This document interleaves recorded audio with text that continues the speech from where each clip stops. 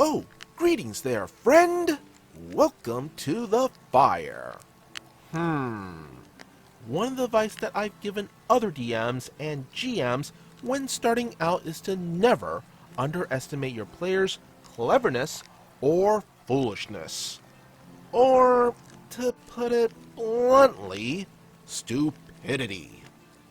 Whenever you make something idiot-proof, God makes better idiots. r/dndstories, posted by Scroogemeyer. This is my father's tale of when he was running a campaign. The campaign lasted 22 years and I joined the group towards the last 7 years of it. This is the tale of Ralph.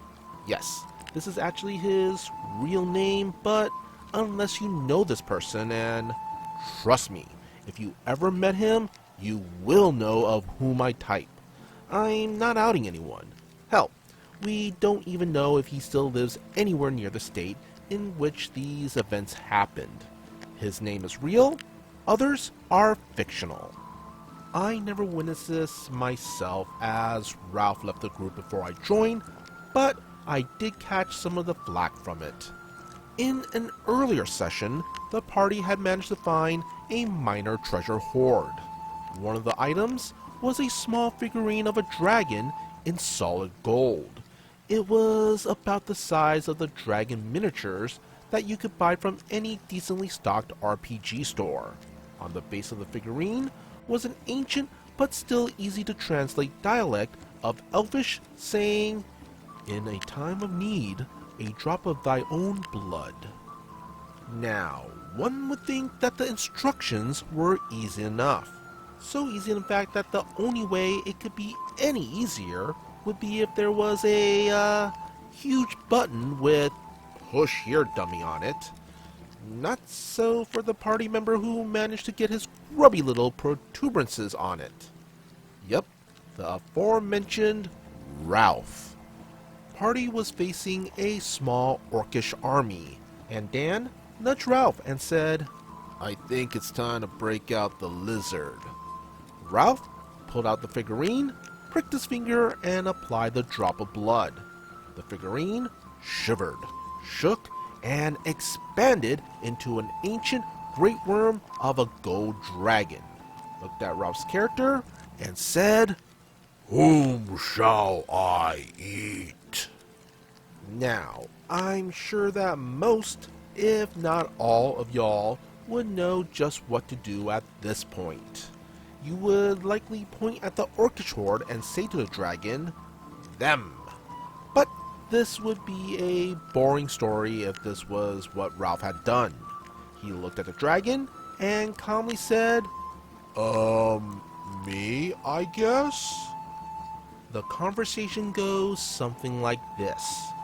"Dad, let me see your character sheet." You're dead." Ralph, "What?" "Dad, you're dead." Ralph, "How?" Dad, "The dragon ate you." Ralph, "Ate me? Why?" Dad, "It asked you, 'Whom shall I eat?' And you said, 'Me, I guess.' It ate you." Ralph, But... Dad, "But what?" Ralph, "But I thought it would be impressed by my noble act of self-sacrifice." Dad, pinching the bridge of his nose in exasperation. Ralph, "It's been stuck as a statue for 1,000 years. It's hungry."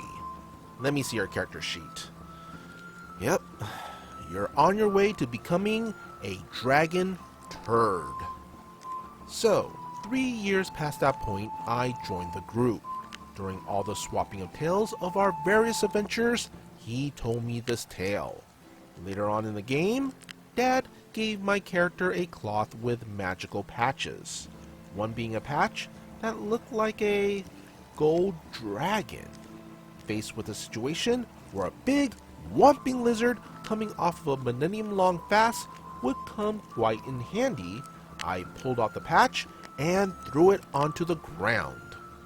Dad described the scene as you see the patch swelling and expanding into an ancient great worm of a gold dragon.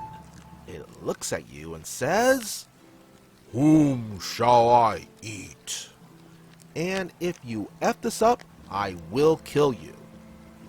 Naturally, I pointed at the enemy horde and said, "Bon appetit, mon ami."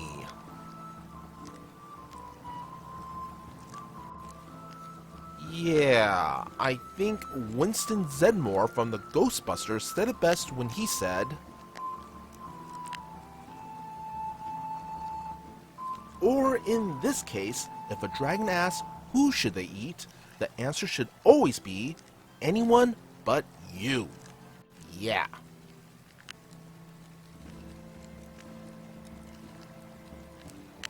Be sure to hit that like and subscribe button if you want to see more content like this. And would you kindly follow the socials posted in the description below. As always, be good, be great, be awesome.